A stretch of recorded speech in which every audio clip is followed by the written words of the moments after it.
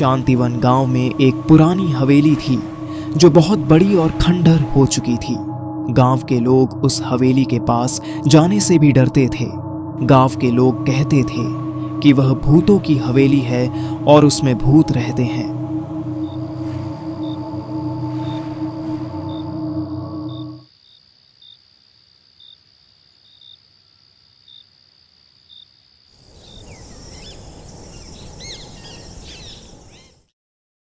अरे भाई, कल जब मैं अपने खेत से वापस आ रहा था तब उस भूतिया हवेली के पास से गुजर रहा था।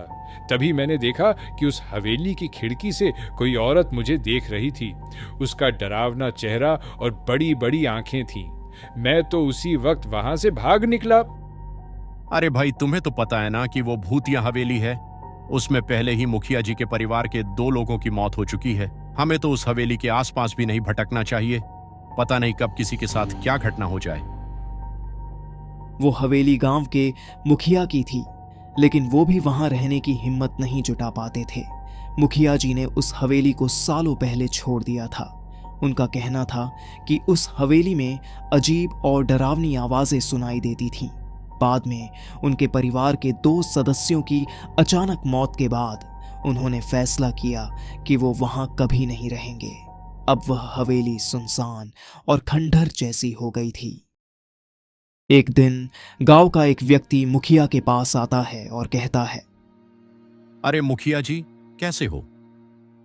बस ठीक हूं घनश्याम, तुम बताओ आज यहां कैसे आना हुआ? कुछ जरूरी काम था क्या? नहीं मुखिया जी, कोई जरूरी काम नहीं है।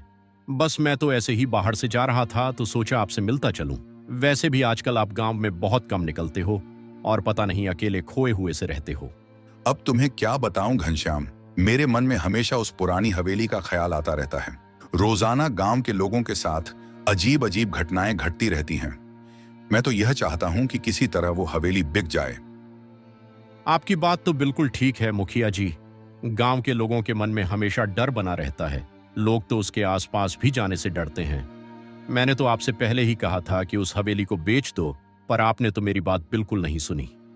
तुमने बिल्कुल सही कहा था, लेकिन उस हवेली को कोई खरीदना ही नहीं चाहता। जब लोगों को हवेली की डरावनी बातें पता चलती हैं तो वो भी इसे खरीदने से पीछे हट जाते हैं। आपकी बात ठीक है, लेकिन अगर आप उस हवेली को किसी शहर के व्यापारी को बेचोगे तो शायद वो इसे खरीद ले। और वैसे भी शहर के लोग इन भूतों की बातों पर विश्वास नहीं करते। ठीक है, मैं इस बारे में विचार करूंगा। बस अब देखना है कि इसका कोई समाधान निकलता है या नहीं।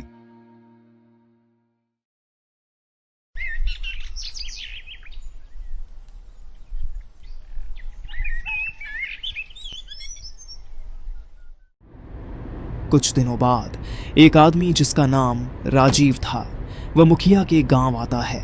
वह एक बिजनेसमैन था और उस हवेली को खरीदना चाहता था।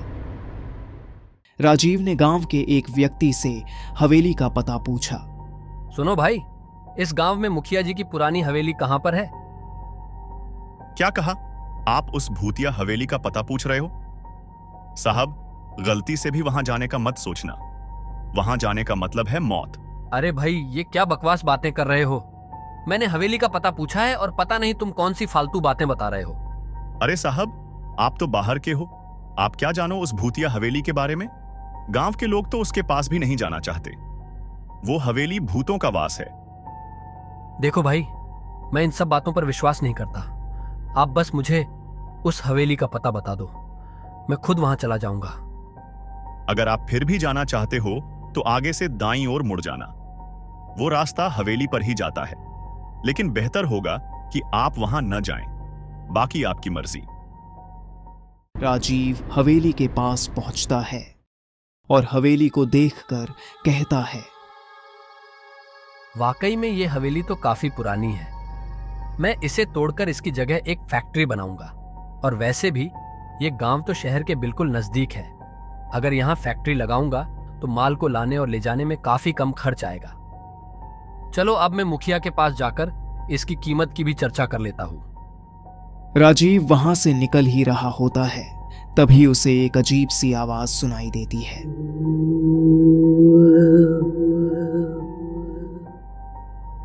उसे लगा कि जैसे हवेली में कोई औरत रो रही है, लेकिन राजीव उसे कोई जानवर की आवाज समझकर नजरअंदाज कर देता है।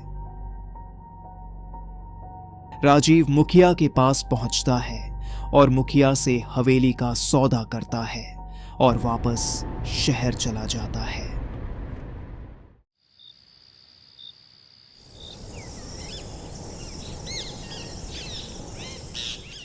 कुछ दिनों बाद राजीव अपने बिजनेस पार्टनर विक्रम को हवेली दिखाने लाता है। ये जगह अपनी फैक्ट्री बनाने के लिए बिल्कुल सही है। कुछ दिनों बाद हम यहाँ काम चालू कर देंगे। चलो एक बार इसे अंदर से भी देख लेते हैं। अगर इसकी दीवारें ठीक होंगी तो इसे पूरा नहीं तोड़ना पड़ेगा। दोनों हवेली का दरवाजा खोलते हैं और अंदर चले जाते हैं। ये हवेली तो अंदर से और भी ज्यादा बढ़िया है। पता नहीं इसके मालिक ने इसे खंडर होने के लिए क्यों छोड़ दिया। राजीव और विक्रम हवेली का मुआयना कर रहे थे, तभी उन्हें ऊपर वाले कमरे से अजीब सी आवाज सुनाई देती है। राजीव, तुमने वो आवाज सुनी?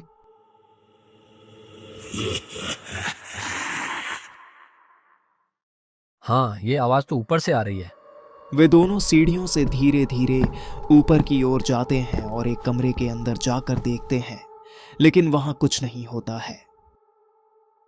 अरे, यहाँ तो कुछ भी नहीं है। फिर वो आवाज कैसी थी? शायद कोई बिल्ली या चूहा होगा। चलो अब यहां से निकलते हैं। वैसे भी काफी देर हो गई है और अंधेरा होने वाला है। वे दोनों जैसे ही कमरे से बाहर निकल ही रहे होते हैं कि अचानक कमरे का गेट बंद हो जाता है और कमरे से डरावनी आवाजें आने लगती हैं। ये देखकर राजीव और विक्रम दोनों घबरा जाते हैं और कमरे का गेट खोलने की कोशिश करते हैं। जब वे दरवाजा खोलने की कोशिश कर रहे होते हैं तो उन्हें किसी औरत के गुनगुनाने की आवाज सुनाई देती है। जैसे ही दोनों पीछे मुड़कर देखते हैं तो सामने एक औरत सफेद साड़ी में खड़ी है। उसके बाल बिखरे हुए हैं और उसका डरावना चेहरा दोनों को घूरे जा रहा है। ऐसा डरावना दृश्य देख राजीव और विक्रम के पसीने छूट जाते हैं।